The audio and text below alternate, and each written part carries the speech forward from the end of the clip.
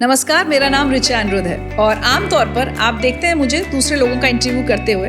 आज मैं एक दूसरे रोल में हूँ। आज मैं इंटरव्यू लेने नहीं देने आई हूँ और इंटरव्यू ले रहे हैं मेरे पूर्व सहयोगी मित्र अमित प्रकाश। और मैं सच बताऊँ, ईमानदारी से कह रही हूँ, आज मैं बहुत नर्वस हूँ कि पता नहीं मुझसे क्या पूछने वाले हैं। एक फ्रीलांस पत्रकार जब एक कलाकार के यहाँ काम कर रही थी, उस समय के बहुत सारे अनुभव आप साझा करती हैं और उसने आपके व्यक्तित्व को, उस टेन्योर ने आपके व्यक्तित्व को कैसे स्ट्रीमलाइन किया, क्या नई चीजें आपने सीखी। एक तरफ तो पत्रकार की भागदौड़ थी, उसी बीच में पंडित जी की कोई ऐसी बात जो लगता था यार ये जीवन में आज कुछ नया सीखा है। मेरी बसंत पंचमी तो ऐसा लगता है ना अमित गुरुजी के जाने के बाद खत्म हो गई। बहुत सीखा, इतना सीखा कि मैं आपको सबसे पहले तो ग्राउंडेड रहना सीखा। पता नहीं, मैं तो शायद उतनी ग्राउंडेड मैं कह ही नहीं सकती कि वैसी हूँ जैसी रविशंकर थे। समय की पाबंदी सीखी थी। मेरे मंदिर में रविशंकर जी की फोटो लगी हुई है, मेरे लिए वो भगवान थे। और जिंदगी लाइफ से जिंदगी विद ऋचा की जर्नी आसान नहीं रही। दिखने में सब ऐसा लगता है कि सब कुछ अच्छा है, बट मैंने उसके बाद भी बहुत संघर्ष किया है। जब मैं मेरी बेटी को लेके स्ट्रगल करने वापस 2001 में दिल्ली आई और वहां से मैंने अपना संघर्ष वो दोबारा शुरू किया। और बेटी साथ में? बेटी, माँ और मैं। अरे बाप। और मेरी माँ टिफिन सप्लाई करती थी क्योंकि अकेले मेरे हस्बैंड पे बर्डन ना पड़े। अच्छा, वो भी सरकारी नौकरी, सरकारी तनख्वाह, तो कैसे खर्चा चलेगा ना घर का। ऐसी बताती हैं कि उस समय कुछ खरीदने, इलेक्ट्रॉनिक्स का कुछ सामान लेने, तो सेक्टर 18 ही था मार्केट, और तो कुछ तब इतना था नहीं। तो माँ एक दुकान पे घुसती हैं, वहाँ बहुत सारे टीवी नहीं लगे होते थे इलेक्ट्रॉनिक शॉप पे। नगमा आज तक पे आती थी, तो हर टीवी पे नगमा दिख रही है, न्यूज़ पढ़ती। माँ ने कहा हमारी लड़की ऐसे कब दिखेगी, ऐसे बोली। ये उस दुकान में खड़े खड़े होकर सोच रही कि जैसे नगमा दिख रही है ना, सब टीवी पे एकदम ऋचा दिखनी चाहिए। कि मैं उन लोगों में से हूँ कि मैं ये नहीं सोचती कि अरे मैं एक बहुत बड़ी एंकर थी, या मेरे इतनी तब उस जमाने में मैं 1.5-2 लाख रुपए कमाती थी, तो अब मैं 10,000 का काम नहीं करूंगी। मैंने दोबारा 5-10 हज़ार की भी एंकरिंग की है। एक माँ जो अपना प्राइम टाइम छोड़ने के बाद, ये त्याग बहुत बड़ा त्याग होता है। और आप टीवी न्यूज़ इंडस्ट्री में आप जानती हैं कि प्राइम टाइम की एंकरिंग छोड़ना एंकर्स के लिए बहुत, कोई खुद से छोड़ दे तो वो छोड़ना। और अब मैं कनेक्ट करता हूँ आज की माओ से, उसको क्या ये कॉम्प्रोमाइज़, क्या ये बच्चे के लिए ये किया जाना, आपको लगता है आज की पेरेंटिंग और उस वक्त जो आपने सोच के छोड़ा था, तो बहुत ज़्यादा गैप आ गया? मेरा ऐसा मानना है, जीवन में कभी भी जब कोई काम आप अपनी इच्छा से करेंगे तो आपको कभी रिग्रेट नहीं होगा। कुछ परिवारों में परिवार जोर डालते हैं महिला पे कि तुम छोड़ो, अब बच्चा हो गया है तो तुम बच्चा पालो। मुझे लगता है हमेशा वो डिसीजन माँ का होना चाहिए। अच्छा, कैलाश खेर से जब कहा गया तो मन में क्या आया कि क्या पूछूं इनसे? अरे तुम ऐसे कर रही थी, क्या बोले गाना गवाओ। ईपी में आवाज आती थी ना, अब मैं कह रही हूँ कैलाश जी कुछ गाना सुना दीजिए, गा दीजिए प्रिंस के लिए, प्रिंस गड्ढे में। और कितना सोचे कैसा लगता था हम लोग को उस समय। तो धीरे धीरे न्यूज से मैं फेज आउट हुई। तो बहुत सारे संघर्ष वो सब देखने के बाद ना अमित, एक जीवन से शिकायत होनी बंद हो गई। ओशो की यात्रा ही अपने आप में एक ऐसी यात्रा है जिसमें लगता है कि उसको शुरू कहाँ किया, कब किया, कैसे किया और अब कैसे चल रही है। ओशो ने हमेशा यही सिखाया। ओशो ने मृत्यु सिखाई, मृत्यु के लिए तैयार होना सिखाया। ओशो ने अपनी शरीर की ऊर्जा को अपने संन्यास की ऊर्जा बनाना सिखाया, मोक्ष अपनी पूरी साधना का वो दिखाया। तो संभोग से समाधि तक को लोगों में समझ नहीं आया, लोग संभोग पे अटक गए। देश की जनता के साथ दिक्कत ये है। नमस्कार, मैं हूँ ऋचा अनिरुद्ध और आमतौर पर आप मुझे देखते हैं किसी ना किसी का इंटरव्यू लेते हुए, लेकिन आज बात कुछ अलग है।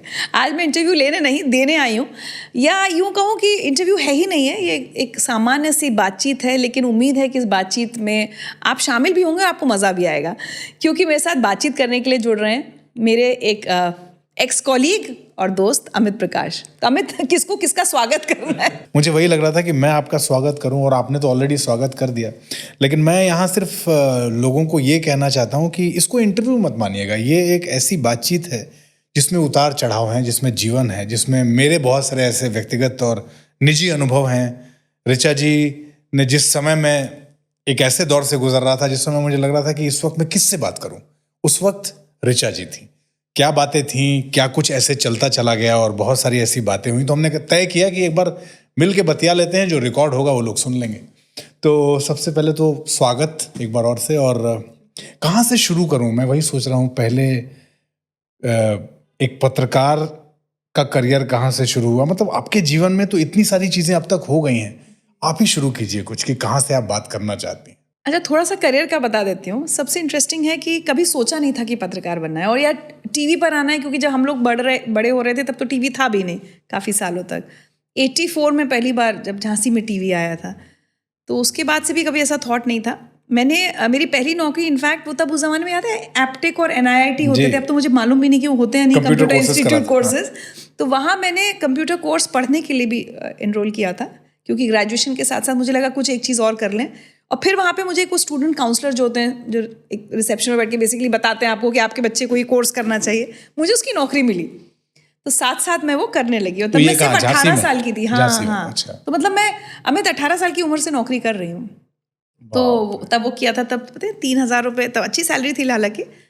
तो ये 93 में शुरू किया था मैंने। उसके बाद मैं जब स्कूल में थी तो मैं स्पिक मैके एक संस्था है, society for promotion of Indian classical music and culture amongst youth जी। तो इसका फॉर्मेट ज़्यादातर ये होता है स्कूल्स और कॉलेजेस में भाई बड़े बड़े क्लासिकल म्यूजिशियंस आते हैं, परफॉर्म करते हैं। तो मैं स्कूल में थी तब मैं इसकी सदस्य बनी झांसी में, और उस ज़माने में हमने शिव कुमार शर्मा जी का कॉन्सर्ट झांसी में कराया, राजन साजन मिश्रा जी का, उड़ीसी डांसर हुआ करती थी संयुक्ता पाणिग्रही जी, बहुत सारे राधा राजा रेड्डी जी सब आए। तो बड़ा एक असर आया। अच्छा, उस ज़माने में क्लासिकल म्यूज़िक समझ नहीं आता बच्चों को, रिलेट भी नहीं कर पाते, लेकिन मैं बहुत छोटी उम्र में वहाँ से कम जुड़ाव शुरू हुआ। फिर कंप्यूटर का ही कंप्यूटर कोर्स का 3rd ईयर करने दिल्ली आना हुआ, क्योंकि वो कोर्स झांसी में अवेलेबल नहीं था, वो 3rd ईयर। अच्छा। जब वो यहाँ करने आई तब लगा कि अब इतने बड़े शहर में कुछ समझ नहीं आ रहा था, तो चलो अपना स्पिक मैके वापस अपन यहाँ भी ज्वाइन कर लेते हैं, क्योंकि कुछ लोगों का कॉन्टैक्ट था मेरे पास। तो स्पिक मैके एज अ वॉलंटियर ज्वाइन किया और अभी तक वॉलंटियर हूँ दिल्ली में। हाँ। तो फिर वहाँ जो उसके फाउंडर हैं डॉक्टर किरण सेठ, जो IIT में प्रोफेसर हैं, उनको ना एक ऑफिस सेटअप की ज़रूरत थी, क्योंकि कई बार कॉर्पोरेट्स कहते थे भाई NGO हो, हम तुम्हें पैसा देते हैं लेकिन कोई ऑफिस तो है नहीं तुम्हारा। तो मैं पहली एम्प्लॉय रखी गई स्पिक मैके की। अच्छा। हाँ, डॉक्टर शाहपुर जाट में ऑफिस था। डॉक्टर किरण सेठ ने कहा कि will you work with us. मैंने कहा मैं पढ़ने आई हूँ, एप्टेक का अपना कोर्स करूंगी, स्पिक मैके में जॉब भी कर लूंगी। तो उस समय कंप्यूटर कोर्स चल रहा था मेरा, वो था हालांकि फिर 3rd ईयर तो क्या ही मैंने पास किया। फिर स्पिक मैके के लिए ही एक कर्टन रेजर बनाने एक कन्वेंशन होना था चेन्नई में, तो उसका कर्टन रेजर बनाने दूरदर्शन की टीम आई हुई थी दिल्ली में, और वहाँ किरण सेठ ने ऐसे कहा हाँ रिचा भी बाइट दे देगी। अमित आप बिलीव करेंगे 96 की बात है, मुझे पता भी नहीं था बाइट क्या होती है, साउंड बाइट क्या होती है, कुछ नहीं पता था। मैंने कहा क्या करना है, बोले अरे कुछ बोल दो अपने स्पिक मैके से, अपने अनुभव के बारे में। कुछ तो खड़े होकर मैंने बोला होगा, 21 साल की थी मैं, मुझे याद नहीं, लेकिन बस जैसे ही बोला तो कैमरा मैन ने कहा बहुत फोटोजेनिक है बच्ची और अच्छा बोल रही हिंदी। अच्छा, हिंदी भाषी उससे हम लोग आते हैं, परिवार में हिंदी का माहौल तो अच्छी थी। तो रमेश शर्मा जी हुआ करते थे, उनका भी कुछ साल पहले निधन हो गया। तो उन्होंने कहा बेटा टीवी में ट्राई किया कभी? मैंने कहा सर मैं तो झांसी से आई हूँ, किसी को जानती नहीं। तो उन्होंने अपना पेजर नंबर दिया, फिर उनसे उस समय संपर्क हुआ। उस पेजर नंबर पे मैंने 3-4 महीने तो मैंने इग्नोर कर दिया, फिर फ़ोन करके पहुंची तो पता चला मुझे अंकुर करके एक प्रोग्राम दे दिया गया था, एक संडे को आता था गार्डनिंग पर। हाँ। तो मैंने कहा आपने मेरा ऑडिशन नहीं लिया, स्क्रीन टेस्ट नहीं लिया? तो उन्होंने कहा कि नहीं, वो आपकी बाइट हम रिकॉर्ड करके लाए थे। तो उससे समझ में आता है कि हिंदी अच्छी है आपकी, बोलती अच्छा है, आप दिखने में भी फोटोजेनिक हैं, कैमरे पर अच्छी लग रही थी, स्क्रीन पे अच्छी लगेंगी आप। तो आप कुछ गुलाब पे कुछ लिख के लाइएगा और एक हॉर्टिकल्चरिस्ट से, हम किसी से एक्सपर्ट से आप इंटरव्यू करेंगी। आप सोचिए कुछ नहीं। तो कई बार लगता है अमित क्या होता है, मेरे नाना जी कवि रहे, मंच पर मतलब 90 साल की उम्र की उनकी तस्वीर है माइक पर बोलते हुए की, और लेखन में हर चीज़ में, बुंदेलखंड में उनका बहुत नाम है, भैया लाल व्यास। कई लोग मुझे अच्छा कहते हैं अच्छा आप उनकी नाते ना, अच्छा इसीलिए आपको लिखना पढ़ना। तो मुझे लगता है बहुत सारी चीज़ें तो आपको परिवार में संस्कारों से जेनेटिकली मिल जाती हैं शायद। नहीं तो कभी सोचा नहीं था कि मुझे कोई कहेगा कि अच्छा गुलाबों पे कुछ लिख के लाओ, और पता नहीं मैंने उसमें क्या लिखा होगा। बट बहरहाल मुझे महीने की 2 ड्यूटी वहाँ से भी मिलने लगी। तो मुझे आज भी याद है 4,000 रुपये तनख्वाह मुझे स्पिक मैके से मिलती थी, 500-500 रुपये की 2 शिफ्ट दूरदर्शन से मिलती थी। 5,000 रुपये मैंने अपने पिता से पैसे लेने बंद कर दिए थे उसके बाद। 96 की बात है, और मैंने अपने मन में उस समय सोचा हुआ था कि जिस दिन मैं 5,000 रुपये कमाने लगूंगी, और ठीक था 96 में, तो वो दिन है और आज का दिन है। मैंने अपने पिता से, मतलब उसके बाद तो करियर फिर बहुत बदलता गया। फिर शादी हुई तो मेरे हस्बैंड की पहली पोस्टिंग अजमेर में थी, तो उन्होंने कहा भी कि तुम यहाँ अगर रहना चाहो, अपना दूरदर्शन जो कर रही हो। मैंने कहा नहीं चलते हैं अजमेर, बहुत छोटे, I was 22 when I got married, वहाँ चली गई। फिर वहाँ कुछ दिन कुछ बच्चों को ट्यूशन पढ़ाया मैंने। फिर एक दिन अखबार में देखा, दैनिक नवज्योति एक राजस्थान का अच्छा लीडिंग न्यूज़पेपर था, उनको कुछ डेस्क पर लोग चाहिए थे। तो जब मैंने अप्लाई किया तो चूंकि मेरे CV में तब तक दूरदर्शन जुड़ चुका था, तो वहाँ नौकरी मिल गई, लेकिन तब 1,500 की नौकरी मिली। अब दिल्ली में 5,000 कमा रहे थे, लेकिन अजमेर गए तो 1,500 की नौकरी। जो मैं आपसे कई बार कहती हूँ ना कि हर तरह की होता है। अब मैं वहाँ कहूँ कि नहीं जी मैं तो, मेरी लास्ट ड्रॉन सैलरी 5,000 थी, नहीं, मैंने 1,500 की। और 1500 में अमित सबसे मजेदार बात कि कभी कभी आपको सुना दिया जाता था बाकी सबको 1200 मिल रही है, आप चूंकि दूरदर्शन का अनुभव लेके आई हैं तो आपको 1500 दिए जा रहे हैं। अरे बड़ी बेइज्जती सी लगती थी। और दूसरी तरफ कई लोग ये चिढ़ाते थे कि अरे एक अधिकारी की बीवी, सरकारी अधिकारी की पत्नी क्या 1500 की नौकरी करने जा रही है। तो हर तरीके से आपको लोग सुनाते हैं, लेकिन मैं तब भी कहा करती थी कि कोई बात नहीं, it's adding to my experience.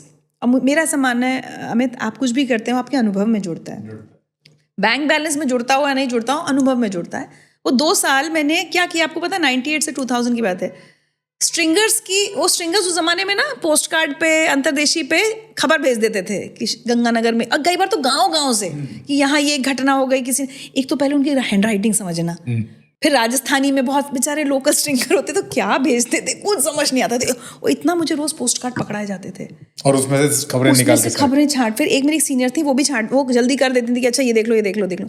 फिर उन खबरों का स्ट्रिंगर ने तो ऐसे लिख के भेज दिया है ना, फिर उसको ढंग से अखबार की भाषा में, छोटी कितनी उसकी स्टोरी जानिए कितनी वर्ड की, वो मैं लिखा करती थी।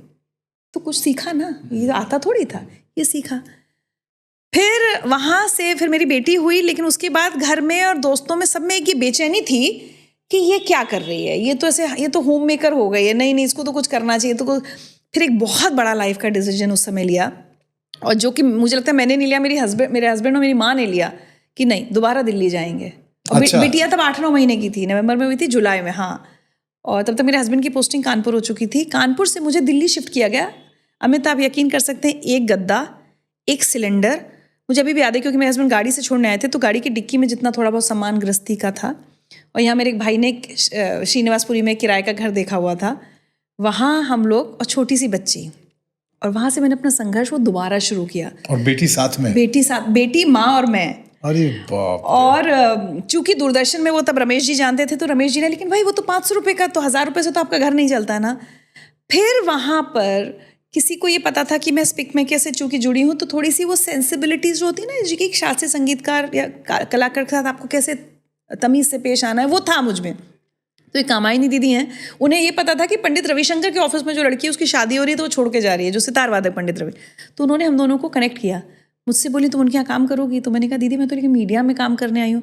बोली हाँ लेकिन अभी तुम्हारे पास पैसे नहीं है ना, जब तक काम नहीं मिला है, और पंडित जी से बात हो गई है कि तुम अगर थोड़ा बहुत फ्रीलांस करना चाहो तो वहाँ रह के भी कर सकती हो, तो तुम्हें कोई रोक नहीं रहा, बट एटलीस्ट तुम्हें कुछ पैसे मिल जाएंगे। पंडित रविशंकर जी के? जी। तो फिर उनका ऑफिस यहाँ लोधी एस्टेट में था, लोधी रोड पर। वहाँ में मेरी, क्योंकि वो ज़्यादातर टाइम अमेरिका में रहते थे वो लोग, अमेरिका में या लंदन में, तो यहाँ एक ऑफिस तो उनका संभालने के लिए कोई चाहिए था, वो मैं थी। 2001, तो 2001 से 2 तक मैं उनके साथ रही। उनका जितना काम, उनके अपॉइंटमेंट्स देखना, मतलब सेक्रेटरी की तरह पूरा ऑफिस मैनेजमेंट सब कुछ किया मैंने उनका बड़प्पन देखा, उनसे जीवन में बहुत कुछ सीखा, लेकिन साथ साथ फ्रीलांस करती रही। अच्छा उस समय क्या होता था, जैसे दूरदर्शन किया, फिर दूरदर्शन वाले ने किसी को रेकमेंड किया किसी प्रोडक्शन हाउस को, क्या एक लड़की है ठीक करती है, तो फिर डीडी स्पोर्ट्स के लिए एक शो किसी प्रोडक्शन हाउस ने दे दिया। वहाँ थोड़े से ज़्यादा 500 की बजाय 1000 रुपये या 750 रुपये से कुछ मिल गए एक एपिसोड के, तो थोड़ा सा लगा अच्छा ज़्यादा पैसे आ गए।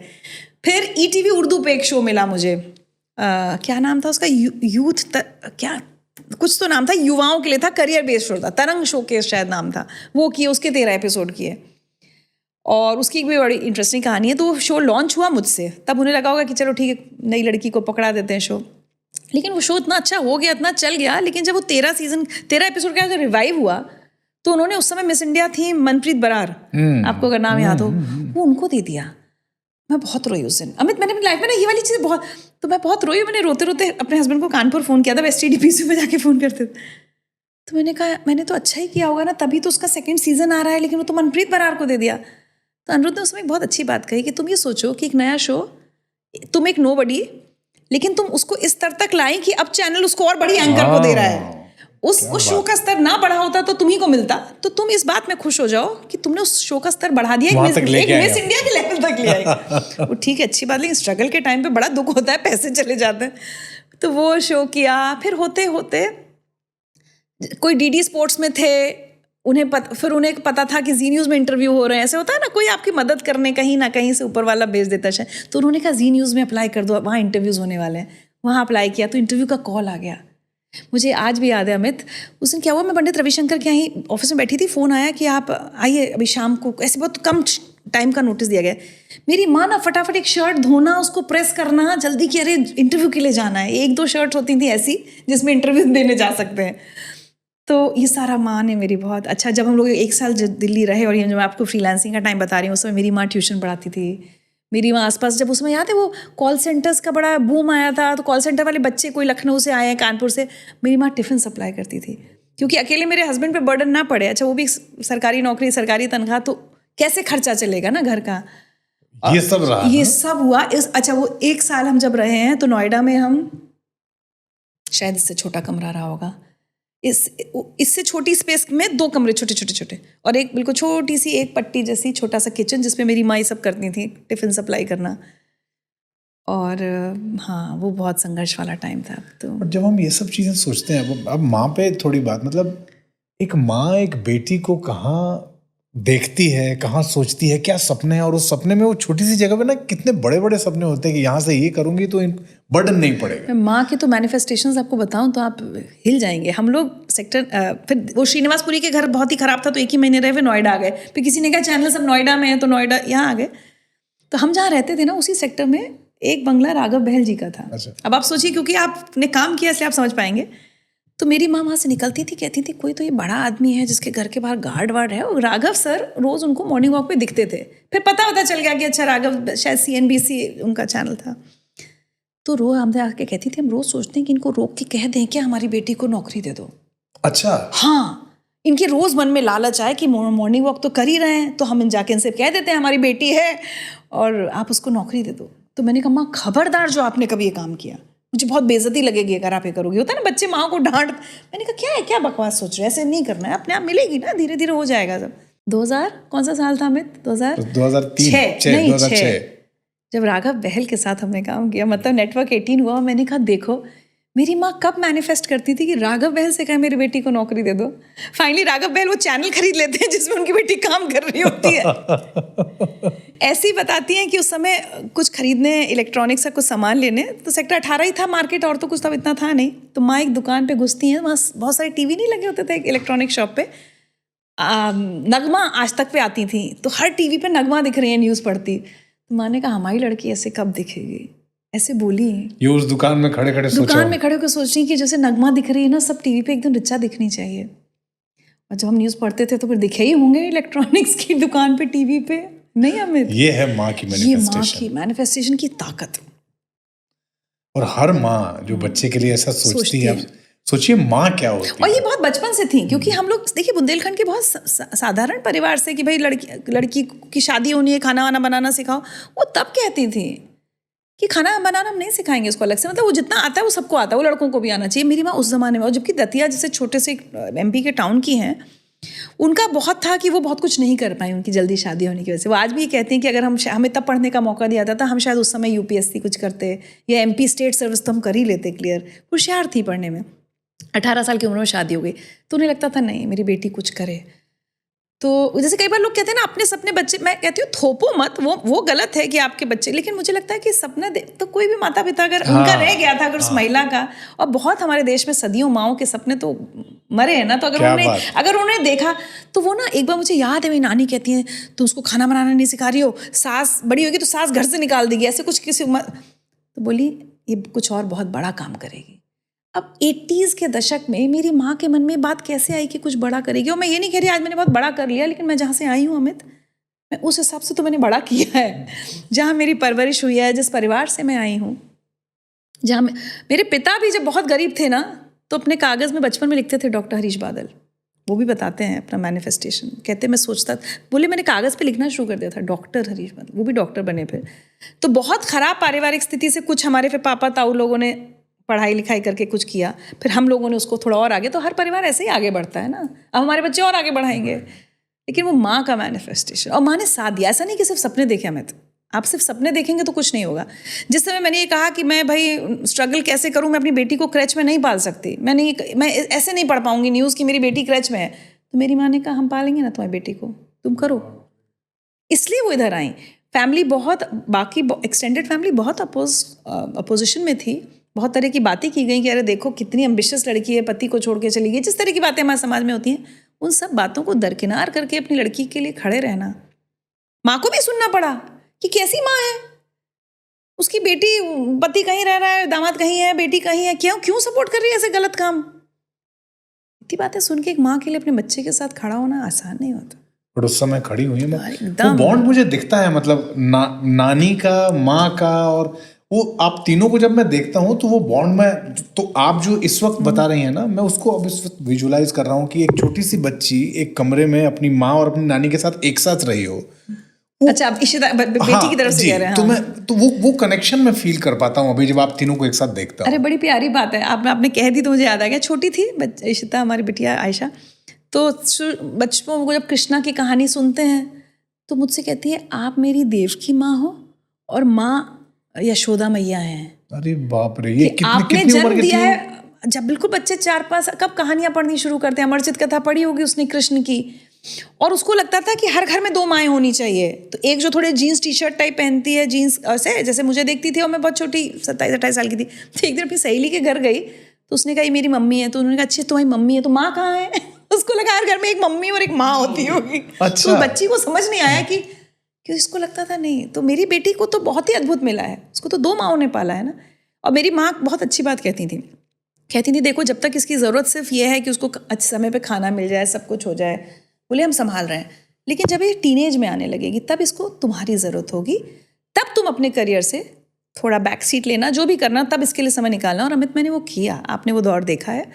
मैंने प्राइम टाइम बुलेटिन्स पढ़ना छोड़ा क्योंकि मुझे ये था कि मैं 5-6 बजे कुछ भी ऐसा काम करूँ कि मैं शाम 5-6 बजे अपने घर पहुँच जाऊँ, ताकि मेरी नज़र रहे कि मेरी बेटी किन दोस्तों के साथ उठ बैठ रही है, बिगड़ तो नहीं रही है, ट्रैक से उतर तो नहीं रही है। तो वो चीज़ें ध्यान देने के लिए जब मुझे लगा कि अब उसको मुझसे बात करनी होगी, अगर उसको लड़कों से रिलेटेड कोई इशू होगा तो शायद वो माँ को ना बता पाए, मुझे बताना चाहिए, then I was there for her. But अब इस बात से मुझे एक चीज़ याद आ रही है, एक माँ जो अपना प्राइम टाइम छोड़ने के बाद, ये त्याग बहुत बड़ा त्याग होता है, और आप टीवी न्यूज़ इंडस्ट्री में आप जानती हैं कि प्राइम टाइम की एंकरिंग छोड़ना एंकर्स के लिए एक बहुत, कि कोई खुद से छोड़ दे।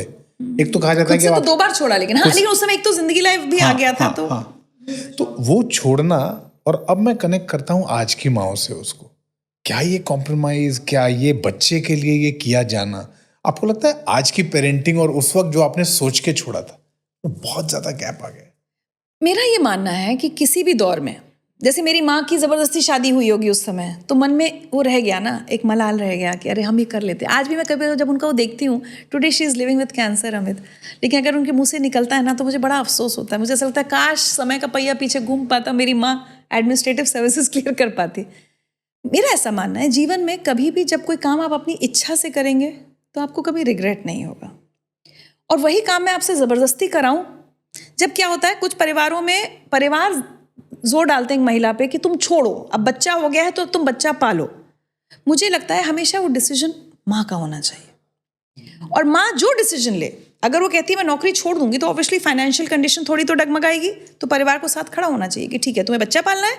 मैं ऐसी लेडीज से मिली हूँ हमें जिन्होंने खुशी खुशी किया है कि बच्चा हुआ तो हमें नहीं करना, हमें करियर की रेस में नहीं दौड़ना, विच इज़ फाइन। जिन महिलाओं को जो करना चाहती हैं, जिनको ज़बरदस्ती किया जाता है, उनके मन में हमेशा शिकायत रहेगी। तो जीवन में मुझे लगता है कि जो भी करे कोई भी इंसान, जब मेरी बेटी का मन हुआ कि उसको अपना नाम बदलना है, ऐसे अब सही किया गलत किया मैं नहीं जानती, लेकिन मैं उसके साथ खड़ी हुई क्योंकि मुझे लगा कि मैं आज उसकी एक इच्छा दबाऊंगी तो वो इस मन में रह जाएगी, और ये वर्षों तक रहेगी, वर्षों तक रहेगी। और तब मैं जब भी किसी से बहस करती थी तो मैं सिर्फ एक ही बात कहती थी कि अगर जीवन का एक छोटा सा डिसीजन वो अपने बारे में लेना चाहती है कि उसको जो नाम हमने दिया उसको तो अच्छा नहीं लगता, उसको दूसरा नाम रखना है, मैं नहीं बदलने दूंगी, तो कहीं ना कहीं उसका कॉन्फिडेंस डगमगा रही हूँ कि वो अपनी लाइफ का कोई डिसीजन नहीं ले पाएगी कभी। So I let her do it, whether I was in agreement or not is a different matter. तो मेरा हमेशा से मानना है कि महिलाएं भी अपने जीवन के लिए जो फैसला लें वो खुद लें। मुझे कभी किसी ने ये नहीं कहा कि तुम नौकरी करो या नौकरी छोड़ो, जो तुम्हें ठीक लगता है वो तुम करो।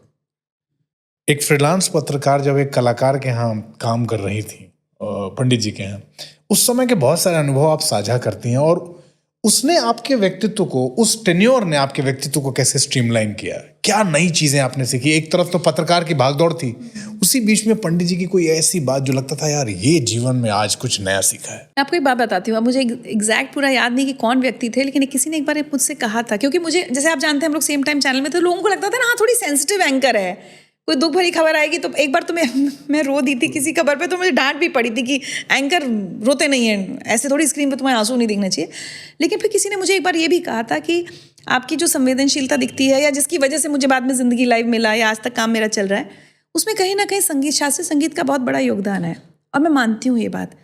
मैं खुद गाना या बजाना नहीं जानती, लेकिन मैंने उन कलाकारों को बहुत करीब से देखा है, और जब एक दो घंटे आंख बंद करके उनके संगीत को सुना है, उसमें एक हीलिंग पावर होती है अमित।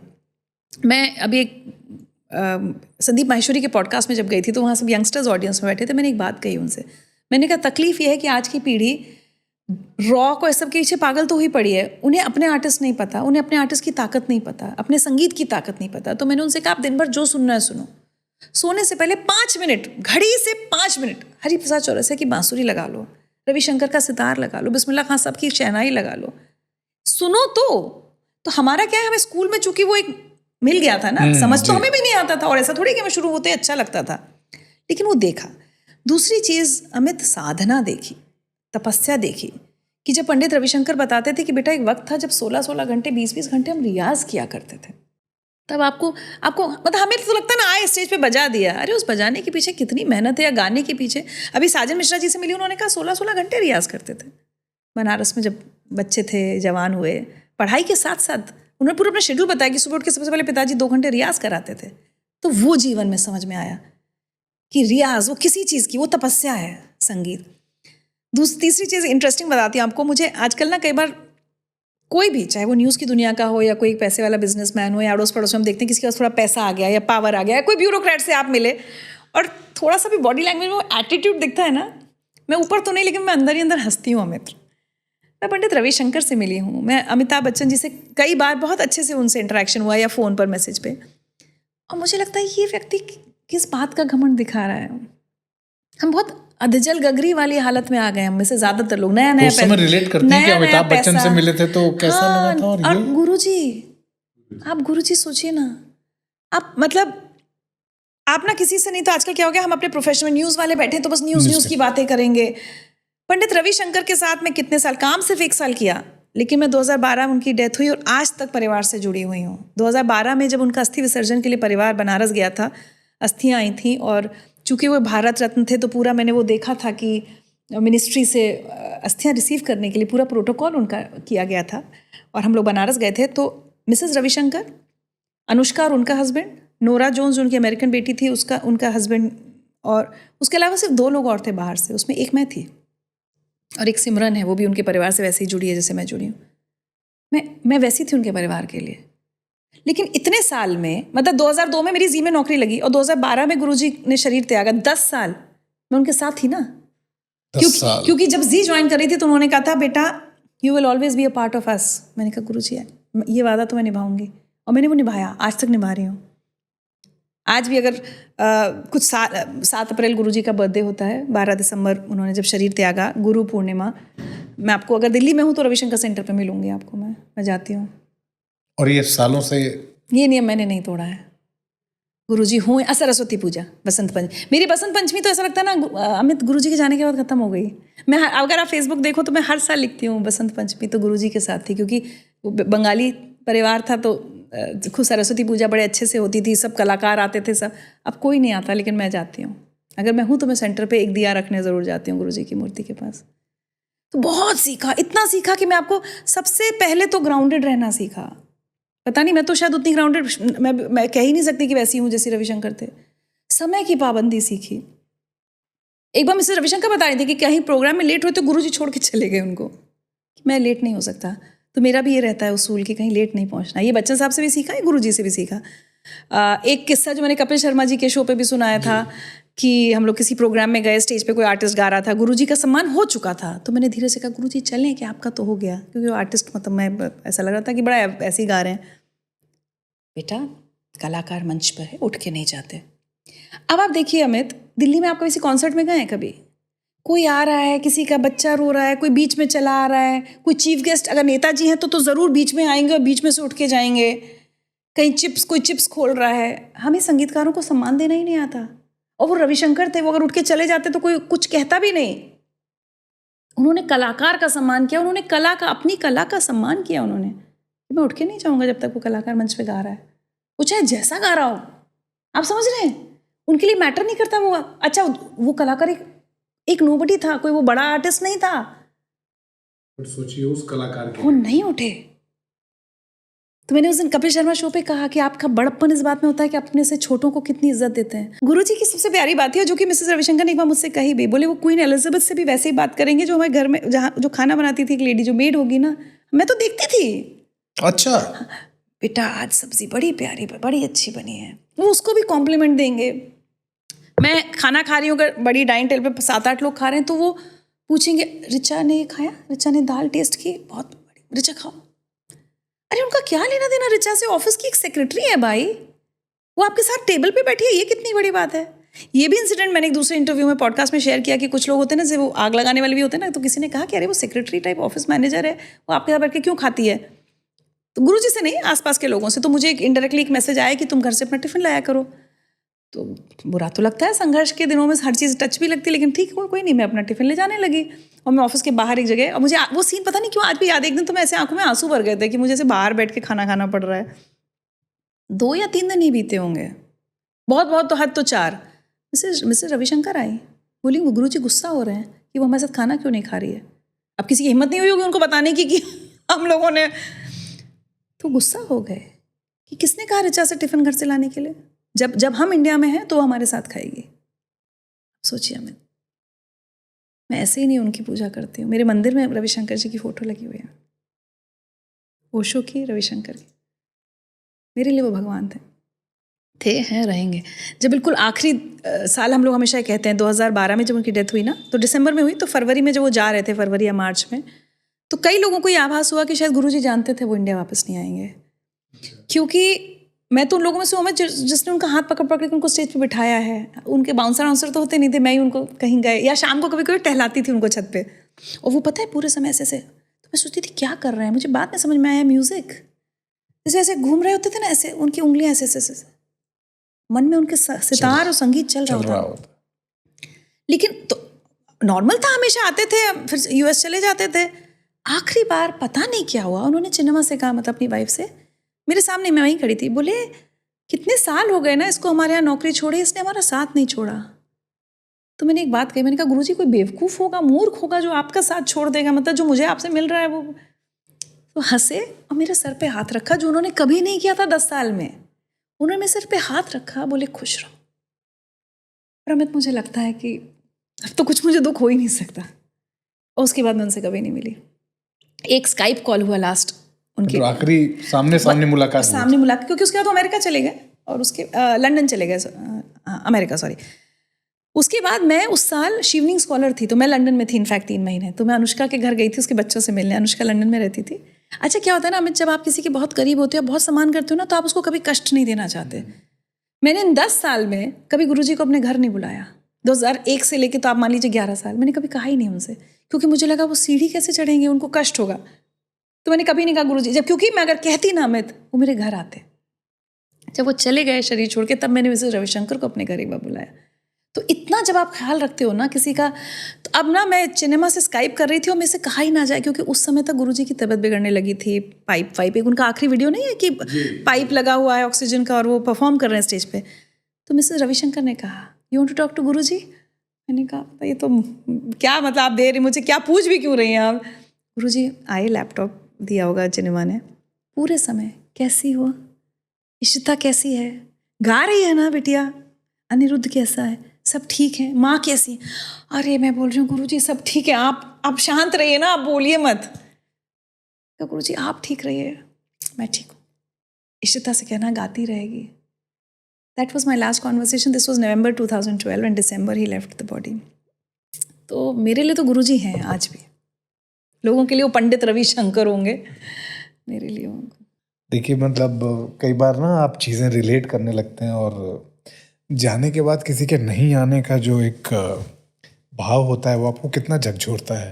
कई बार आपको लगता है इस व्यक्ति को आप बस अब देख रहे हैं, शरीर में आप देख रहे हैं, इसके बाद सिर्फ तस्वीर में देखेंगे। बट आप एक बात मुझे बता रही थी और मुझे लगा ये प्रश्न आपसे ज़रूर पूछना चाहिए। जब वो संगीत की बात आपसे नहीं करते थे, कभी भी उन्होंने अपने सितार की बात आपसे नहीं की, वो क्या बातें करते थे, आपसे क्या कहते थे? क्योंकि पंडित रविशंकर जी से मैं कभी नहीं मिला, मैं जानना चाहता हूँ कि जिससे वो मिले और उनसे क्या बात करते थे, हम जानना चाहते हैं। उसके लिए ना आप एक तो मेरा आज एक हम इंटरव्यू अपलोड कर रहे हैं, वो भी देखिएगा। साजन मिश्रा जी, वो बनारस कनेक्शन था, तो बोले कमरा बंद करके कहते थे गुरु जोक सुनाओ पंडित रविशंकर। तो बोले हम लोग थोड़े लिहाज में वेजिटेरियन जोक सुनाते, तो कहते थे अच्छा बढ़िया वाला सुनाओ। ये थे रविशंकर। मेरा अच्छा, मेरी जी में जब नौकरी लगी, जी न्यूज़ में, जब मैं उनको बताया, तब से उन्होंने मुझे हमेशा रिचा जी कहा। उनका ना एक वो सेंस ऑफ ह्यूमर बड़ा मज़ेदार था। तो जब मैं जाऊँ आइए आइए रिचा जी, तो उसके बाद जब मेरा चैनल चेंज हो गया, मैंने कहा गुरुजी अब जी नहीं है, अब चैनल चेंज हो गया। कोई बात नहीं, आप रिचा जी हैं हमारे लिए। ठीक है। एक बार हाँ, फिर मुझे अब उन्हें लगा अच्छा ये न्यूज़ में आ गई है, बैठ के क्रिकेट की बात करेंगे मुझसे, फिर मुझसे सचिन तेंदुलकर और धोनी की बात करेंगे, हाँ, फिर मुझसे शाहरुख खान और अमिताभ बच्चन की बात, ऐसे। फिर वो अपने कुछ कुछ पर्सनल व्यूज़ सबके बारे में रखते थे कि इसके ये हमें व्यक्ति अच्छा लगता है, वो हमें अच्छा नहीं लगता। अच्छा किसी को अच्छा नहीं, ऐसा नहीं बोलेंगे, वो ज़्यादा हमको समझ नहीं आता, ऐसे बोलते थे बड़े स्वीट से। वो किसी की बुराई भी नहीं करना। एक बार हम लोगों से बोले, तब शाहरुख खान वाली देवदास आई थी और तब चाणक्य मूवी हॉल हुआ करता था। Can I go and watch Chanakya, can I go and watch Devdas in Chanakya? अब हम लोग को आफत हो गई कि वो लोग पकड़ लेंगे, भीड़ हो जाएगी, ये हो जाएगा। तो बड़ा मैनेज किया गया भाई वो कि जब अंधेरा हो जाएगा तो गुरुजी को चुपचाप ले जाएंगे, फिर पहले गुरुजी की एग्जिट हो जाएगी, सब करके हमको दिखा के लाए। फिर आके बोलते हैं हमको दिलीप कुमार जी वाली ज़्यादा अच्छी लगी थी। मैं कहा ओके गुरुजी। मुझसे पहले वाले लोग बताते हैं कि वो ये आपके मार्केट में मछली खरीदने जाते थे, मच्छी बाजार में। अच्छा। हाँ, सीआर पार्क में वो अपना निकल जाते थे कि हमें मछली खरीदने। उनके यहाँ का संदेश बहुत पसंद था, अन्नपूर्णा का बहुत पसंद था। तो कोई भी जो सब शिष्य विष्य आते थे, सब यहाँ से संदेश लेके जाते थे उनके लिए। उसके बाद एक बार क्या हुआ, मैं केबीसी में आना शुरू हुई। दो छोटी सी बात बताती हूँ। हाँ, जब मेरी नई नई नौकरी लगी तो आपने कहा ना फ्रीलांसर, तो मैं ईटीवी उर्दू पे ये शो करती थी जो मैं आपको बता रही थी। तो एक दिन आके मुझसे कहते हैं ये स्टाफ के लोग बता रहे हैं तुम टीवी पे आती हो। अब बड़ी शर्म सी आई कि इस व्यक्ति को मैं क्या मैंने कहा जी गुरुजी एक शो करती हूँ। कब करती हो?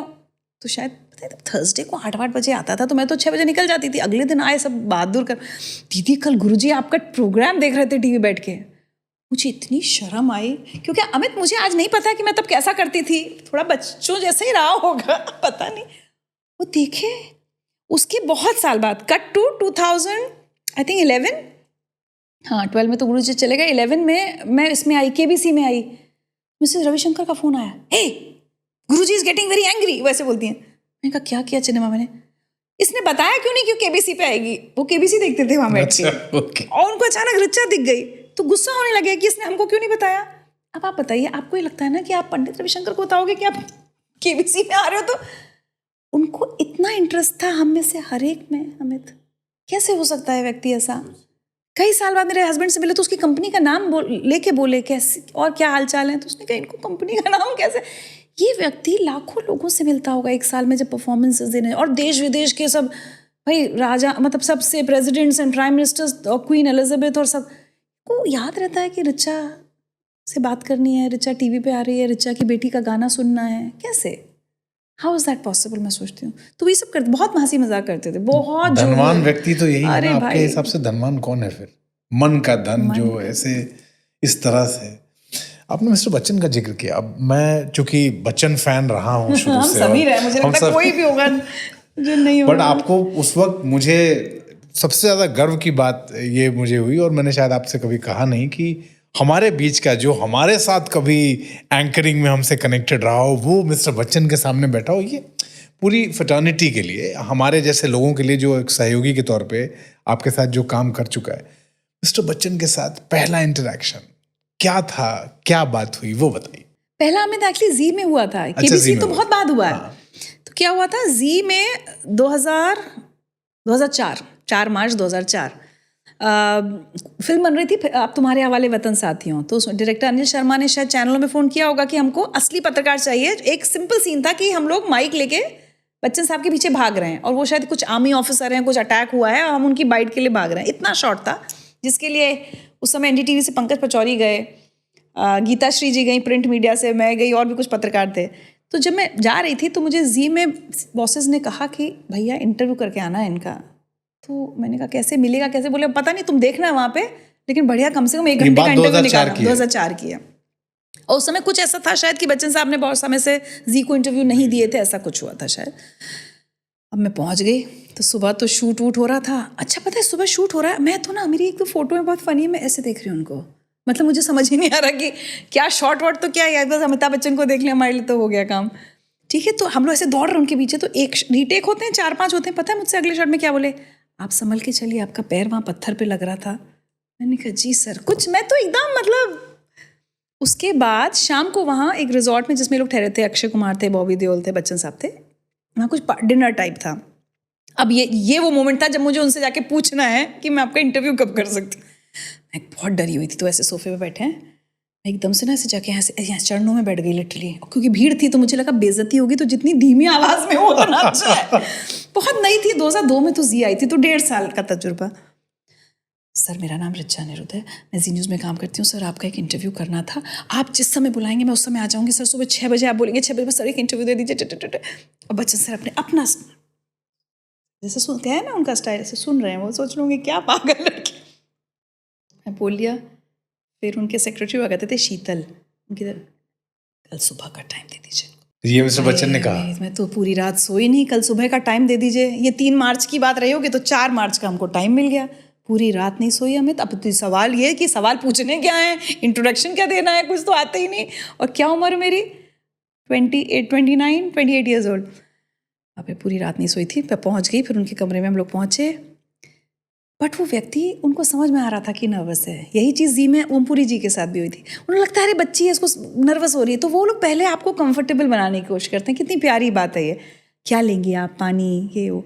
फिर मैंने कहा सर आज एक छोटे शहर की लड़की का सपना पूरा हो रहा है। कौन से शहर से हैं आप? मैंने कहा सर झांसी। अरे झांसी यूनिवर्सिटी ने अभी हमें डॉक्टरेट की उपाधि दी। मैंने कहा जी सर। मैंने कहा सर बहुत साल से सोचा था एक दिन आपसे मिलना है। अच्छा बैठिए।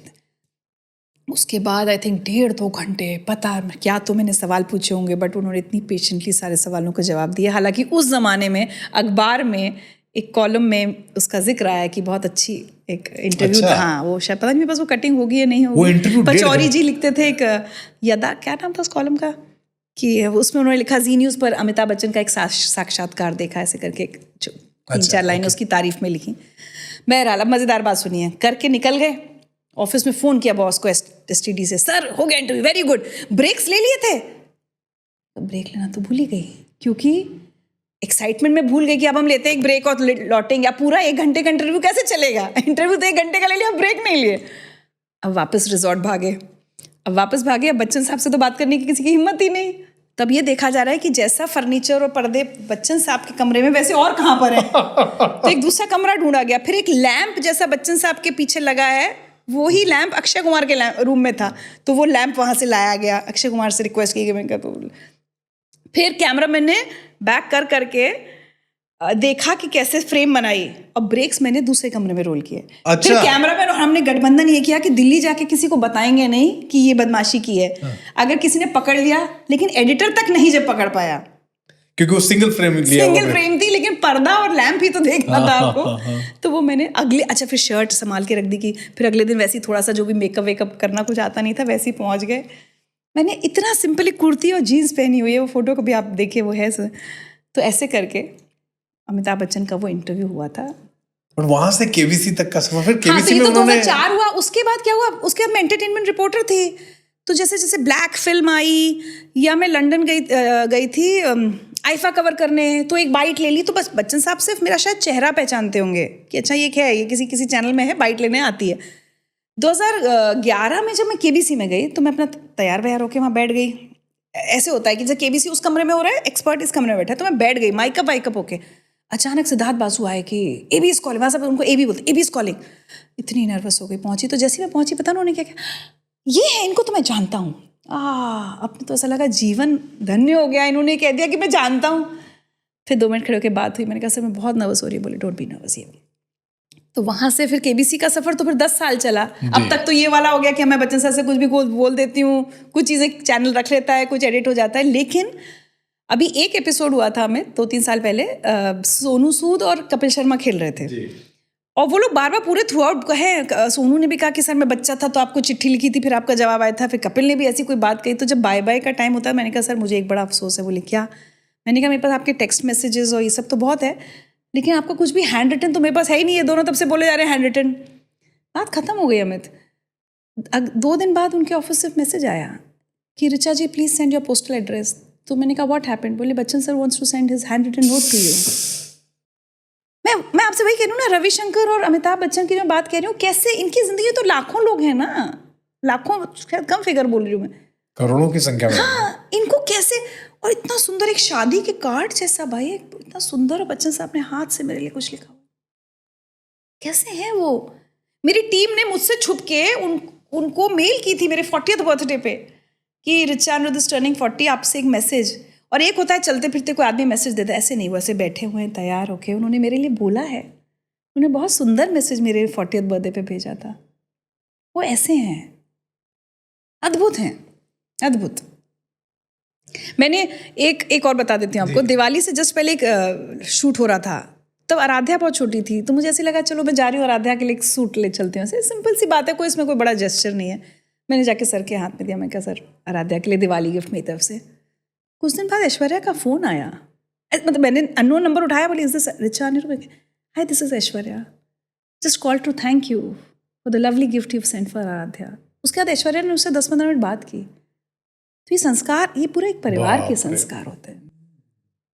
तभी बड़ा आदमी, देखिए आप, अब 2 लोगों की बात आपने की, और इस वक्त जो लोग हमें सुन रहे हैं वो अब ये सोच रहे हो कि आखिरकार हम जो आज के दौर में जिसको बड़ा मानते हैं और जिनके बारे में आप बात कर रहे हैं, अब ये तय कैसे, ये अब तय हो जाएगा कि बड़ा कौन है। उनके दिमाग में भी तय हो चुका होगा कि रविशंकर का बड़प्पन इसमें नहीं था कि वो कितना अच्छा सितार बजाते थे, वो सब तो था ही, लेकिन वो अपने घर के सर्वेंट से कैसे बात करते थे।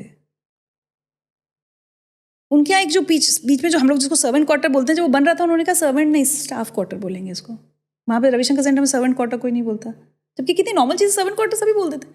नहीं, मैंने उन्हें देखा है, हर एक से, मुझसे या घर की मेड से या कुक से बात करते देखा है ना, इसलिए मेरे मन में सम्मान है। मैं आपको बहुत सही बात बताऊँ, अभी कुछ दिन पहले मैंने कहा देखिए होंगे रविशंकर बहुत बड़े सितार वादक, अगर एज अ पर्सन मुझे नहीं अच्छे लगे होते तो आज उनके जाने के 12 साल बाद भी ऋचा अनिरुद्ध उनके जिक्र पर उनकी आंखों में आंसू नहीं होते, मेरे मंदिर में उनकी तस्वीर नहीं होती, या ये मैं सेंटर नहीं जा रही होती। ठीक है, थे बड़े से बहुत होते हैं आर्टिस्ट। चीज़ इंसान की क्या होती है, उसकी इंसानियत याद रखी जाती है, उसका पैसा, उसका पद, उसका हुनर, कि कितना बड़ा एक्टर था, कोई नहीं याद रखता। सच बात ये, कोई याद, कितने बड़े जर्नलिस्ट, कितने बड़े एंकर, रिपोर्टर, कोई याद नहीं रखेगा। Correct. आप अच्छे इंसान बनिए। आपका व्यवहार याद किया जाता है हमेशा। एंकर से जिंदगी लाइव तक का सफर, और उसके बाद जिंदगी विद ऋचा, इस पूरे सफर ने, इस पूरी यात्रा ने बहुत चीजें सिखाई। और आप कह भी रही थी कि उनमें जिन लोगों के इंटरव्यूज आपने किए, उन्होंने आपके जीवन को बहुत बदल दिया धीरे धीरे। उसके बारे में जरा बात करते हैं। क्या हुआ ना, न्यूज़ एंकरिंग में तो हम लोग सब एक तरह की न्यूज़ पढ़ ही रहे थे, और उस समय ये सब शुरू भी हो गया था कि एक नॉर्मल न्यूज़ से फिर थोड़ा थोड़ा अजीबोगरीब न्यूज़ भी चलने लगी थी। फिर वो एक ही न्यूज़ को 12-12 घंटे खींचना, 24 घंटे खींचने का सब ट्रेंड हमने अपने सामने ही होते देखा। फिर जब जिंदगी लाइव आया, तो जिंदगी लाइव में 2 चीज़ें, सबसे पहले तो हमेशा कहते हैं ना, अनलर्न करना आना चाहिए। तो क्या होता था, मैं स्क्रिप्ट लिखती थी, अपने बॉस थे संजीव पालीवाल जी, बार बार कहते थे कि तुम न्यूज़ की स्क्रिप्ट लिख लाई हो। अब मैं कहती थी भाई 2002 से लेके 2008-2007 में ज़िंदगी लाइव आया, 5 साल से तो न्यूज़ ही तो पढ़ रही हूँ, तो अब न्यूज़ की स्क्रिप्ट। तो संजीव जी ने मुझे उसको अनलर्न करना सिखाया, और प्रोग्रामिंग की स्क्रिप्ट कैसे लिखनी चाहिए वो लिखना सिखाया। खूब डांट के 8-8, 10-10 बार आपकी स्क्रिप्ट रिजेक्ट कर करके फिर, लेकिन वो आया। तो एक तो वो चीज़ थी कि लेखन अलग तरह से, न्यूज़ में कभी आपको दूसरी पार्टी बन के नहीं सोचना पड़ता, लेकिन ज़िंदगी लाइव में जब आपके सामने एक एसिड अटैक सर्वाइवर बैठी है, या एक वो लेडी बैठी है जो ये कह रही है कि मेरे पेट में बच्ची पल रही थी इसलिए मुझसे कहा गया अबॉर्शन कराओ, या एक वो लेडी बैठी है जो कह रही है कि मुझे मारपीट की जाती थी, या कोई आदमी कह रहा है कि मुझ पे दहेज का झूठा इल्ज़ाम लगाया गया, मिसयूज़ ऑफ 498 है, आज हमें इतनी बात हो रही है, लेकिन मीडिया में सबसे पहले हमने 2007 में उठाई। तब कोई मीडिया इस पर बात नहीं करता था। हमारी भी तब थोड़ी बुराई हुई थी कि अरे ये क्या हो गया, ये तो अपना, क्योंकि मेरा ऐसा मानना है कि फेमिनिस्ट होने का मतलब नहीं है कि हम आदमियों पे जुल्म करें तो हम फेमिनिस्ट हैं। तो ये तो हमने टॉपिक तब उठा लिया था 2007 में। हमने ऐसे माता पिता के इंटरव्यूज़ किए जिनका बच्चा देश के लिए शहीद हो गया। संदीप उन्नीकृष्णन, मुंबई अटैक। हमने करगिल के 10 साल बाद एपिसोड किया था जिसमें अनुज नैयर के पेरेंट्स आए थे, सबके आए थे। उनकी जो बातें सुनी थी, जब वो एक माँ कह रही है कि मेरे बेटे को उसमें भूख लग रही थी लेकिन वो अपनी भूख छोड़ के वहाँ चला गया था, या एक पिता कह रहा है कि मैंने अपने बेटे से कहा था भाग के मत आ जाना। अनुज नैयर के फादर ने, पता है, अपने बेटे से कहा था।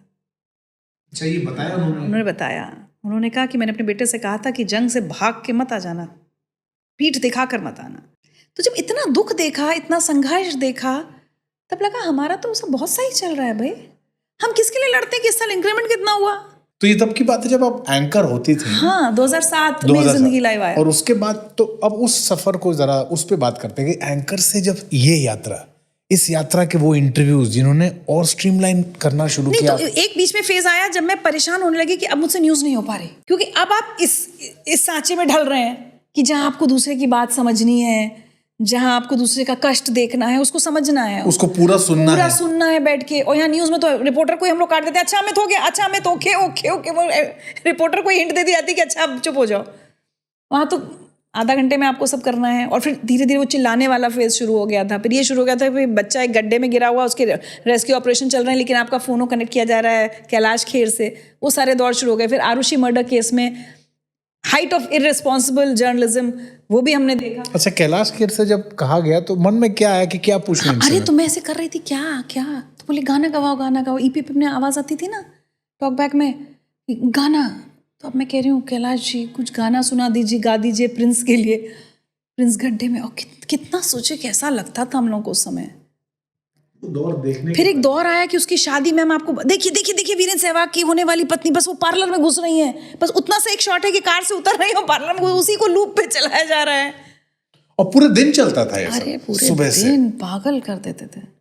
तो जब वो याद आता है तो वहां से लेके तो वहां से वही, तो जब एक टाइम आया जब मैं दोनों कर रही थी तो बड़ा डिस्टर्बेंस हो जाता था। हाँ, फिर मैंने बॉसेस से, संजीव जी लोगों से कहना शुरू किया कि मुझे एक जगह से मुक्ति चाहिए, मतलब मैं नहीं कर पाऊंगी ऐसे। और मुझे obviously I wanted to do जिंदगी लाइफ। तो धीरे धीरे न्यूज़ से मैं फेज आउट हुई।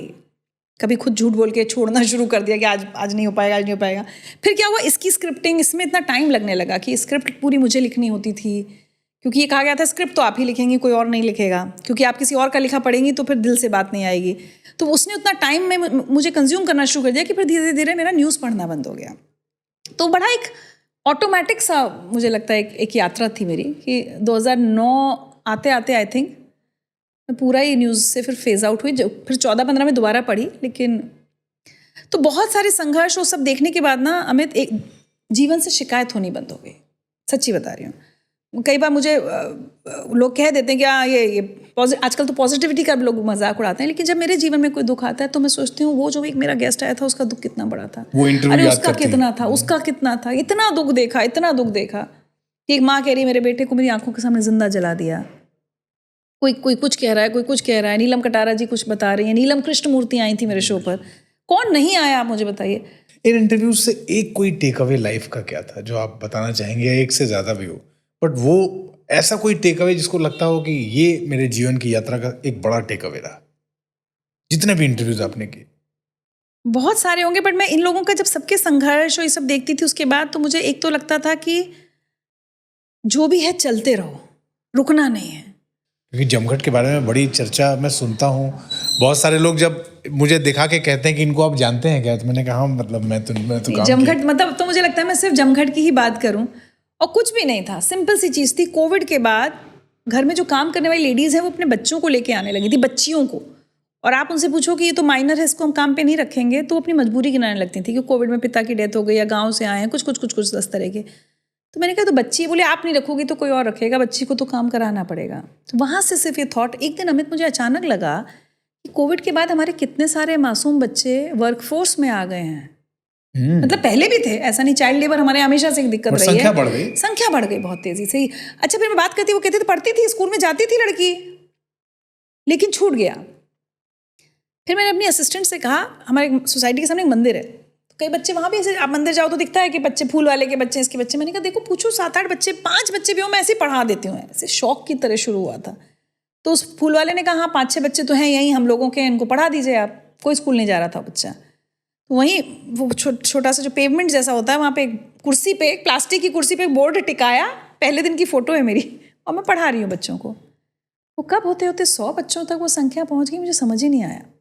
और मुझे बहुत लोगों ने कहा अब तो 3 साल हो गए, उसमें से हम 50-60 बच्चों को वापस मेन स्ट्रीम एजुकेशन में वापस भेज चुके हैं, स्कूल वापस भेज चुके हैं। क्योंकि कई लोग ना, अरे मैडम सड़क पे पढ़ाती है, बच्चों को स्कूल भेजो। अरे भेजते हैं हम, और मैं तो पढ़ा रही हूँ। जब ये बच्चा कचड़ा बीन रहा था या ये बच्चा ठेला चला रहा था, तब आपको दिखाई नहीं दिया कि इसको पढ़ाई की जरूरत है? तो उस समय क्यों आ गए सब लोग? आते हैं। आप सर्दी में सड़क पे पढ़ा रही हैं, आप गर्मी, तो मैं कहती हूँ क्या इनके घर में हीटर है, आप गर्मी बढ़ा रही, मैंने कहा क्या ये बच्चे एसी के घरों से आए, ये तो वैसे भी बाहर सड़क पे ही घूम रहे थे तब, लेकिन तब समाज को दिख नहीं रहे थे।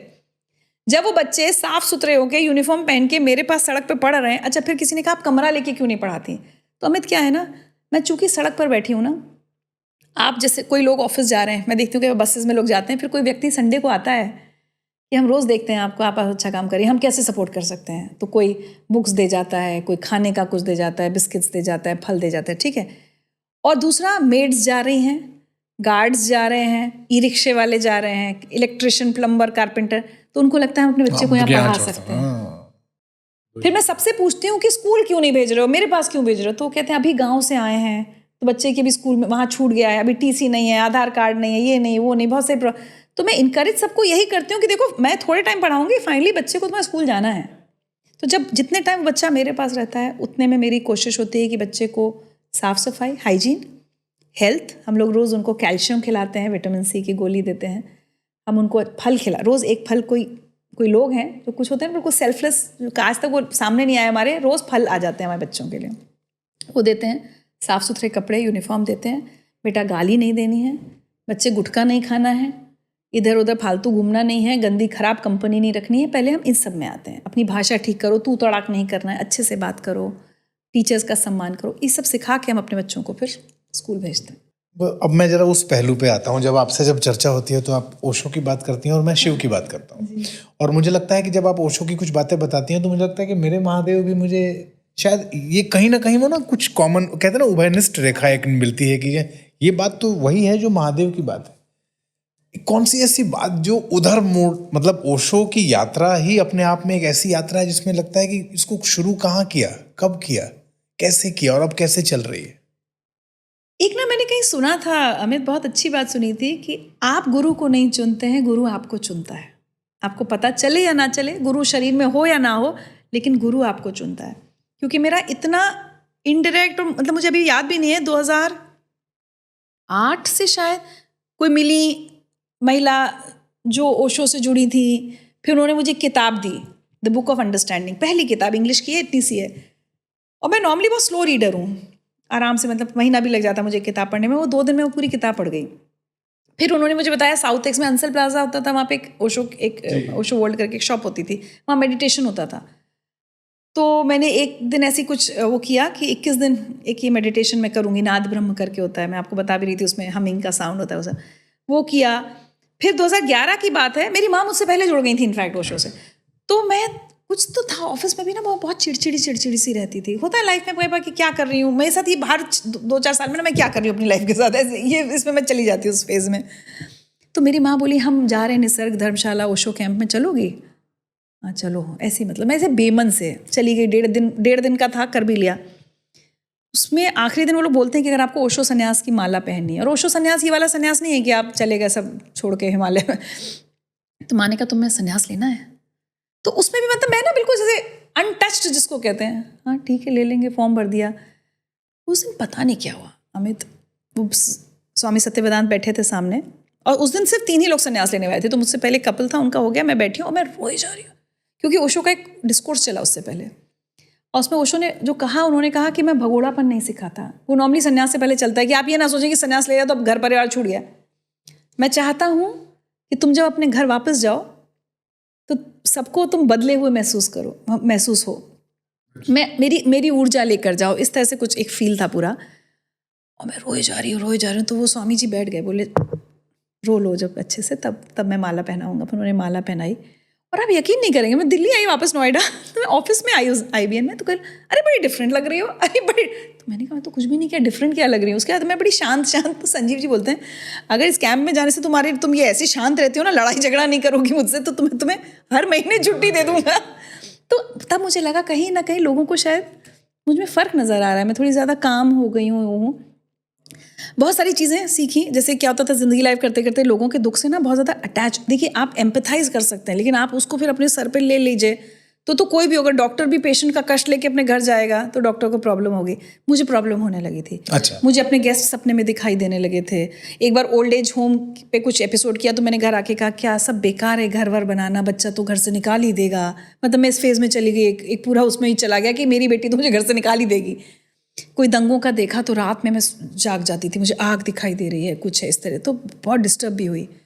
तब मुझे लगा कि ओशो के मेडिटेशंस ने, ओशो की टीचिंग्स ने, कि मुझे ना कि आप एम्पैथाइज करो लेकिन डिटैच होके, दूसरे सबका अपना कष्ट है लेकिन उसमें आप वो कुछ कर नहीं सकते, आप सिर्फ सुन सकते हो। तो बहुत सारी ऐसी छोटी छोटी चीज़ों से सरेंडर मोड में जीना। आप जो महादेव की जब बात कर रहे हैं, देखिए क्या होता है, आप महादेव के भक्त हैं, कोई कृष्ण भक्त हो सकता है, कोई राम भक्त हो सकता है। हम भक्त किसको कहते हैं? मेरा ऐसा मानना है जो फिर अपने जीवन की पूरी बागडोर उनके हाथ में दे देता है। आप महादेव को दें, कोई कृष्ण को दे, कोई राम को दे, कोई देवी को दे, फिर वो ये कहता है जो कर रहे हैं वही कर रहे हैं, अच्छा भी वही कर रहे हैं, बुरा भी वही, तुम ही चला रहे हो, जो तुम चला रहे हो, है ना। Surrender mode. ओशो के आधे से ज़्यादा डिस्कोर्स में ये है, छोड़ दो, छोड़ दो बस। एक तिनका जैसे नदी में बहता है, बोले तुम वो तिनका भी बन सकते हो जो लड़े कि नहीं मैं तो नदी के बहाव के अगेंस्ट जाऊंगा, ऐसा होता नहीं है। लेकिन तुम लड़ते रहोगे, अपने जीवन में स्ट्रेस कॉज करोगे। जाना तो तुम्हें वहीं है जहाँ नदी जा रही है, खुशी खुशी चले जाओ। हर समय उन्होंने कहा छोड़ दो। ओशो ने हमेशा यही सिखाया। ओशो ने मृत्यु सिखाई, मृत्यु के लिए तैयार होना सिखाया। ओशो ने अपनी शरीर की ऊर्जा को अपने संन्यास की ऊर्जा बनाना सिखाया, मोक्ष अपनी पूरी साधना का वो दिखाया। तो संभोग से समाधि तक को लोगों में समझ नहीं आया, लोग संभोग पे अटक गए। देश की जनता के साथ दिक्कत ये है, दिक्कत ये कि संभोग पे अटक गए, समाधि तक किसी ने जाने की वो ही नहीं की, और इस पे बहुत क्रिटिसाइज भी किया, बहुत क्रिटिसाइज किया। तो मुझे एक बार IBN 7 में हमारी कॉलीग नीतू, उसने कहा मैम आप ऐसे ओशो के लिए तो ऐसा बुरा बुरा ऐसे बोलते हैं। मैंने कहा तुमने पढ़ा, तुमने सुना, दिक्कत क्या है ना अमित, हमारे यहाँ कोई खुद एक्सपीरियंस तो लेगा नहीं, कोई खुद पढ़ेगा नहीं, सुनेगा नहीं। अगर ऐसा ही होता, उनको ये भी कहा गया सिर्फ रिच क्लास और इसके गुरु थे, तो मेरी माँ कैसे जुड़ी हैं आज तक। और मेरी माँ का ये कहना है कि बहुत सारे गुरुओं के साथ मेडिटेशन सब जुड़ने के बाद उन्हें उनकी यात्रा जो खोज थी वो खत्म हुई है ओशो पर। हाँ, उन्होंने सबके किए हैं, महर्षि महेश योगी का भी कोई ध्यान किया, सबका किया, खूब मंदिरों में जाती थी। ओशो के पास आके बोली हमारी यात्रा खत्म हो गई, अब इनके साथ आगे चलना है। मतलब तो कैसे? तो मेरा निष्कर्ष उसमें यह है, जो मेरी समझ है, आई माइट बी रॉन्ग, जिस चीज़ से हम ऑब्सेस्ड होते हैं ना अमित, हमें वही समझ में आती है। लोगों ने सेक्स शब्द से अपने ऑब्सेशन को ओशो पे डाल दिया। उन्होंने तो उसके अलावा कितना बोला, उन्होंने भगवत गीता पे बोला, उन्होंने मीरा पे बोला, कृष्ण पे बोला, कबीर पे बोला, लाओ त्सु पे बोला, शिव सूत्र इतनी मोटी किताब है, कई बार सोचती हूँ खोली जाए, सब पे बोला। वो तो आपने नहीं सुना, आपने एक किताब पकड़ ली और उस किताब का भी आपने मर्म समझा क्या, कि एक चेतना है शरीर में, एक ऊर्जा है, उसको वहीं मूलाधार में मत पड़े रहने दो, उसको ऊपर उठाओ। यही तो कहा उन्होंने कि ऊर्जा को अपने ऊपर ले जाओ। और उन्होंने एक चीज उन्होंने कहा कि जब तक ये जो स्पिरिचुअल क्रांति जिसको कहते हैं, बोले कभी किसी गरीब ने नहीं की है। बुद्ध गरीब नहीं थे। जब सब भोग लोगे तभी तो उसकी यूजलेसनेस पता चलेगी। भाई आपके पास मर्सिडीज, ऑडी, आईफोन जब सब है तभी तो आपको पता चलेगा कि ये व्यर्थ है, ये व्यर्थ है। कुछ दिनों जब बाद है ही नहीं भोग लेंगे आप इसको। तो जब है ही नहीं तो आप क्या सिखाओगे किसी को? तब तो लोग बोलते हैं अरे अंगूर खट्टे हैं, इसके पास है ही नहीं। अगर आपके पास आईफोन नहीं और आप कहें आईफोन बेकार है, तो लोग क्या कहते हैं? अंगूर खट्टे हैं, अफोर्ड नहीं कर सकता। जब आईफोन यूज कर लिया और आपको लगा ठीक है कोई बात नहीं, तो ओशो कई बार कहते हैं कि बुद्ध तो राजा थे ना, तो वो छोड़ के निकले थे सब, तो कहते हैं सब भोग लो। तो उन्होंने ऐसा नहीं कि उन्होंने भोग विलासिता सिखाई, उन्होंने कहा जो है उसको उपयोग कर लो और उसकी यूजलेसनेस समझ लो, उससे आगे बढ़ जाओ। तो जो आगे बढ़ जाया वो तो आपने सुना नहीं, भोग लो। जब भोगोगे तभी तो जानोगे कि उसका कोई अर्थ नहीं है जीवन में, हमें उससे आगे, उसके पार जाना है। तो जो लोग समझ पाए कि ओशो सिखा क्या रहे थे, वो जुड़े रहे। हम आज भी जानते हैं कि अब कम लोग रह गए जो ओशो के साथ थे। ज्योति माँ हैं अभी भी, स्वामी सत्यवेदांत चले गए, बहुत लोग चले गए, नीलम माँ चली गई जिन्होंने धर्मशाला वाला आश्रम शुरू किया। लेकिन मैंने देखा, वो पता है वो उनको कैंसर हुआ था, और एक ब्रॉडकास्ट मैसेज, क्योंकि सब लोग पूछते होंगे कैसी माँ की माँ, पता है वो कैसे लिखती थी? ये भी ओशो की सीख थी। वो कहती थी आज शरीर को तकलीफ हो रही थी, डॉक्टर ने दवाई दी तो शरीर को ये हो रहा था। हम क्या कहते हैं आज मुझे बहुत दर्द हो रहा है, वो कभी नहीं कहती थी the body was in pen today, क्योंकि ओशो ये कहते थे कि अलग होके देखो अपने आप को, डिटैच। ये शरीर तुम नहीं हो, तुम इसके बियॉन्ड हो। तो जब नीलम माँ तो उनके साथ जुड़ी हुई थी, तो मैं उनके कैंसर की जर्नी की मैसेज पढ़ती थी, मैं अपनी माँ से कहती थी कैसे लिख रही हैं ये। तो माँ ने कहा यही तो सीख है। जब मेरी माँ अपनी कैंसर की सर्जरी के लिए ओटी में जा रही थी तो वो बोली, कहती है ओशो ने इतना तो सिखा दिया है कि मृत्यु तब होनी है, उसका तो स्वीकार भाव है। ओटी से बाहर आ गए तो बहुत अच्छा, और नहीं आए तो ठीक है, सब देख लिया, तुम लोग सब खुश हो, सब बढ़िया है, सब ठीक है। इतनी एक्सेप्टेंस से कौन चाहता है ओटी के अंदर? तो गुरु ने सिखाया ना। मैं ओशो को जितना सुनता हूँ ऋचा जी, उसमें ना मृत्यु, अब मैं महादेव में आशुतोष सर का एक पॉडकास्ट कर रहा था, उनकी बात ना ऐसे अटक गई है कि वो निकलती नहीं है। उन्होंने कहा कि मृत्यु आपकी आती नहीं है, महादेव आपकी उंगली पकड़ के उस जीवन के आखिरी, जैसे आपने 90 साल का आपका जीवन काल है, उस आखिरी दिन जब आखिरी श्वास आपके शरीर से निकल गई, शिव आपका हाथ पकड़ते कहते हैं अब ये नया शरीर, और इसके बाद अब जियो, 90 साल बाद फिर बताऊंगा क्या करना है। तो अब मैं जब महादेव को ऐसे देखता हूं, तो अब मृत्यु पे जब आपने बात की तो मैं उससे जरा समझना चाहूंगा कि क्या ये जो महादेव हमें जो विचार देते हैं या वो जो हमें सिखाते हैं, क्या ऐसा ही कुछ है जो हमें ओशो के उस तरफ भी लेके जाता है, या ओशो का मृत्यु का डेफिनेशन क्या है? मतलब ओशो का मृत्यु का एक तो सबसे बड़ी बात बताऊं आपको, ओशो ने हमेशा कहा है सेलिब्रेट डेथ। वो कहते हैं कि अंतिम सत्य, वो हमेशा कहते थे जीवन थोड़ी सत्य है, अंतिम सत्य तो वो है, मृत्यु सत्य है। अभी तो तुम झूठ में जी रहे हो, ये तो जीवन मतलब ये तो जी रहे हो तुम सब अपने, वो है रासलीला चल रही है सब। अंतिम सत्य वो है, उसके लिए अपने आप को तैयार करो, क्योंकि जर्नी वहाँ, दैट्स द डेस्टिनेशन, वहाँ पहुँचना है। हम जिस चीज़ से डरते हैं, हम मृत्यु से डरते हैं, और वो कहते हैं मृत्यु के लिए अपने आप को तैयार करो। कितना बड़ा आप सोचिए फर्क, कितनी बड़ी बात है कि मैं आज ये सोचूं कि मुझे अपने आप को मृत्यु के लिए तैयार करना है, लेकिन क्या मेरा जीवन अलग नहीं हो जाएगा? आप अगर मृत्यु से आज डर रहे हैं, भाग रहे हैं, आप डिनाइल में, अरे नहीं मुझे कुछ नहीं हो रहा, और मैं कह रही हूँ नहीं मेरी मृत्यु होनी है एक दिन, मुझे उसके लिए तैयार होना है, which is not suicidal, which is not depressive. मुझे अपना जीवन इस भांति जीना है कि मैं अपनी मृत्यु के लिए की तरफ अच्छे से बढ़ूं। कितना बड़ा संदेश है। आपको पता है ओशो की, स्वामी सत्यवेदांत की किताब है ओशो पर, वो पढ़िएगा अगर आपको मौका लगे। लास्ट में डॉक्टर्स ने कुछ कहा कि ये कर सकते हैं, ये कर सकते हैं, ओपन हार्ट सर्जरी कुछ तो था, मुझे एग्जैक्टली याद नहीं है। उन्होंने कहा कुछ नहीं करना है, और उनकी कोई इतनी उम्र नहीं थी। और उसमें लिखा है कि एक डॉक्टर उनकी पल्स पकड़े हुए था, ओशो पूरे होश में गए हैं, आपको पता है, शरीर जो त्यागा है, लिटरली 10, 9, 8, 7, 6 ऐसे करके जीवन, शरीर त्यागा है उन्होंने। और उन्होंने कहा था ये 4 लोग मेरे अंतिम यात्रा में मेरे बॉडी को लेकर जाएंगे। उसमें स्वामी सत्यवेदांत एक थे जिन्होंने किताब लिखी, जिनसे मैंने संन्यास लिया। और उन्होंने कहा लास्ट बात, मेरी यात्रा में नृत्य होना चाहिए। ओशो ने ना, जैसे आप महादेव की बात की ना, नृत्य, नटराज जी, ओशो ने कहा है, आप कोई पूछे ना क्या ध्यान, कुछ मत करो, नाचो। हम लोग ये हो गए हैं, आप ना सच बताऊं, सड़क पे कुछ अच्छा सा कीर्तन लगा तो मैं नाच सकती हूँ अमित, विदाउट वरिंग कि मुझे ये अड़ोस पड़ोस में कोई पहचानता तो नहीं। मतलब मैं हमेशा से नृत्य मुझे भी अच्छा लगता था, लेकिन ओशो ने मुझे ये, वो कहते हैं नृत्य तो वही है, जहाँ खड़े हो बस नाचो, स्टेप्स थोड़ी देखने। तो उन्होंने कहा मेरी अंतिम यात्रा में नृत्य होना चाहिए। वो नृत्य को हाईएस्ट फॉर्म ऑफ मेडिटेशन कहते थे। और यही जब महादेव की आप बात करते हैं तो महादेव बहुत, उनका तो तांडव भी, और उन प्रसन्नता में भी और क्रोध में भी नृत्य। तो ओशो ये कहते थे, मतलब डांस ये नहीं कि मुझे ये स्टेप नहीं, डांसर खत्म हो जाए और डांस रह जाए तो मेडिटेशन। आप खत्म हैं और सिर्फ ध्यान है। देखिए बहुत सारी चीज़ें इंटरकनेक्टेड हैं। किसी ने किसी शब्द का इस्तेमाल किया, किसी ने किसी शब्द का, किसी गुरु ने कुछ कहा। जब आप ना रहें और बस वो रहे।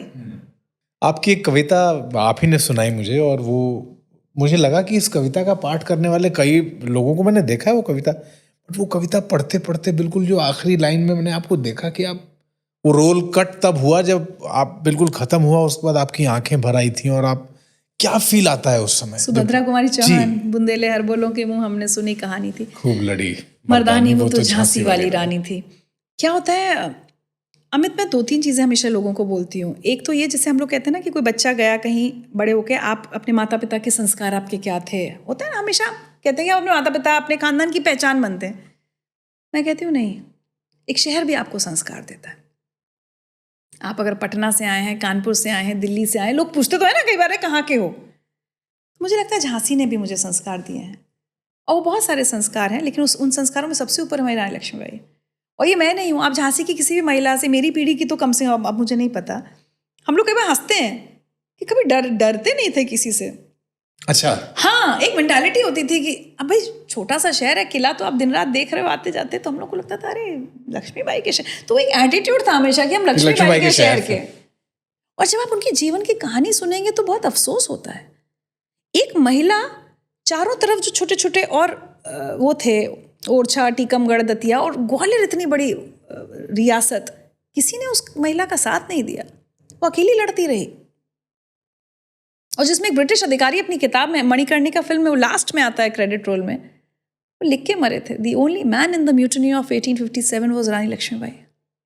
क्या रही होगी वो। उस समय महिलाओं, जब पर्दे में रहती थी, महिलाओं की टुकड़ी बनाई थी इस महिला ने।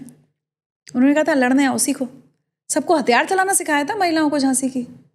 तो हम सोचते हैं भाई कुछ, हम रानी का नाम कैसे नाम तो रोशन करना है। तो मतलब मुझे ऐसा लगता है कि ओवरऑल आप अदिति को भी जानते हैं, पता नहीं आप झांसी की और कितनी महिलाओं को, बट मुझे लगता है ओवरऑल हम लोग एक वो है थोड़ा सा, एक हमेशा ये फील आता है जैसे मैं किसी भी ऐसे किले में या महल में जाती हूँ ना, आज भी अमित, जहाँ बहुत विलासिता या वो दिखता है ना, तो मैं थोड़ा सा, मुझे गुस्सा आता है।